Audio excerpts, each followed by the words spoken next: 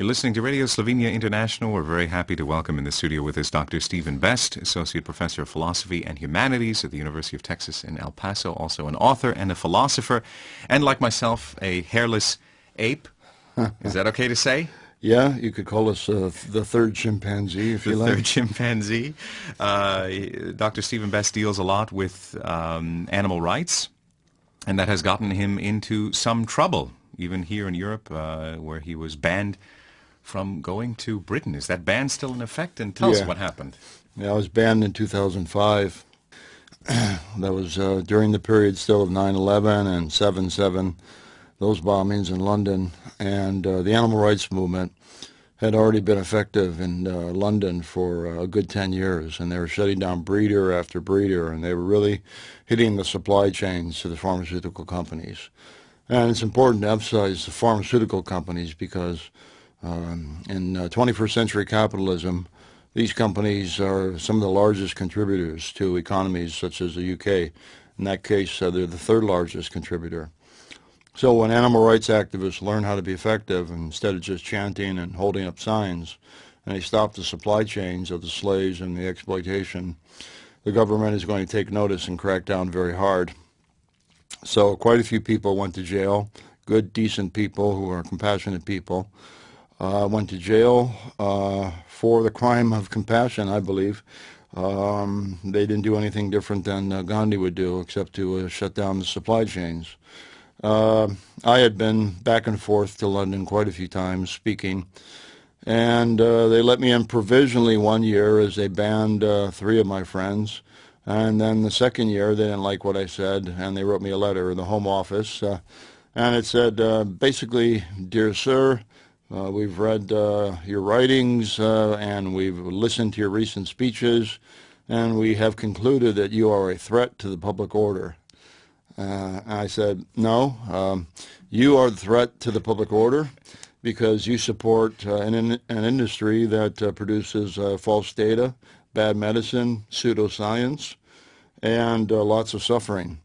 And so long as there is no peace in your society, there will be no justice, or no justice, no peace, and you can expect this movement to continue with or without me." So I recently challenged this ban about 2 months ago.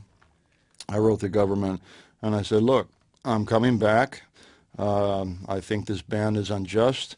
I'm going to speak at such and such a place. I'm arriving at such and such a place at this time, and I hope you welcome me."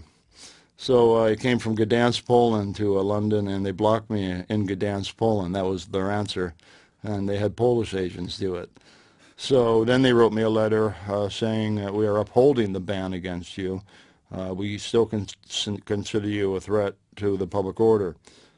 Now, Slovenia, where we are today now, is kind of I would say, an interesting case within Europe in the sense that here's a country that is now independent for more than a decade, and just this year had its first case of animal cruelty in the courts. This was the first time that this has even happened. So what would you say to people here in Slovenia who are maybe discouraged about, that fact? Or Well, they should be encouraged because there's plenty of room for opportunity to begin to make change, and change needs to be made here as it needs to be made everywhere. Because, for instance, the industrialized food system, where animals are mass confined in factory farms and slaughtered with horrendously cruel methods. Typically, they're not unconscious when they're killed, so they're sliced apart while they're fully aware and alive. This is the most barbaric system ever invented, and I would draw strong parallels to this system to concentration camps and other industrialized forms of mass murder. In fact, historically, there is a connection between Auschwitz and the Chicago slaughterhouses in the late 19th century. The technologies of mass destruction and mass killing were used in very similar ways. So anybody who thought that the Chicago stockyards could exist and that Auschwitz wouldn't come about soon enough later was not thinking very clearly. So I know there are some vegetarian groups in Slovenia, some animal rights groups, and some education work being done. And if people get educated, they'll realize that animal cruelty takes a million different forms, and it claims billions of victims. For instance, just every year, the number of animals killed for food consumption now is up to 60 billion land animals, and it could be double that if we include sea animals. This is a horrific loss of life and tragedy, and it's a massive bloodstain on our culture and our moral conscience. So it's very important that people get involved in this cause, because we can't have this amount of violence and killing in our culture without it being in our psyches and without affecting other facets of the world, such as the destruction of the rainforest, which are being cleared to raise grains and crops to feed all the cattle and the animals that the world is now eating. This clearly is going to affect us.